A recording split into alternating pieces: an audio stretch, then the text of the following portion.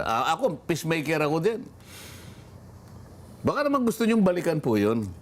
Oho. Hindi po ba niyo naaalala?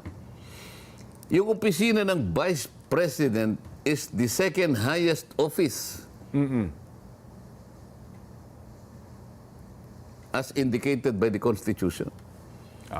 So, tingnan niyo yung uri ng pagtatanong. Kung paano tanungin. Kaya nga po, mukhang Pagkatapos, ito pa, meron pa akong itatanong eh. Puro, ano na lang ako, puro parliamentary inquiry. Opo. Wala po tayong sinasaydan dito kung alin ang tama o kung sino yung mali. Oho. Ang gusto nating saydan po rito ay yung mga pangyayari, yung experience natin bilang mambabatas sa mahabang panahon. Pagsama-samahin po natin yun. Ang isusunod kong tanong, kunyari, ikaw na ang chairman ngayon, Jen. Oo, opo. Mr. Chair. Oho. Kasi palagi nilang tinatanong, yung confidential fund. Okay. Di ba? Doon na uuwi. Doon sila nag-away. Doon sila nagkaroon.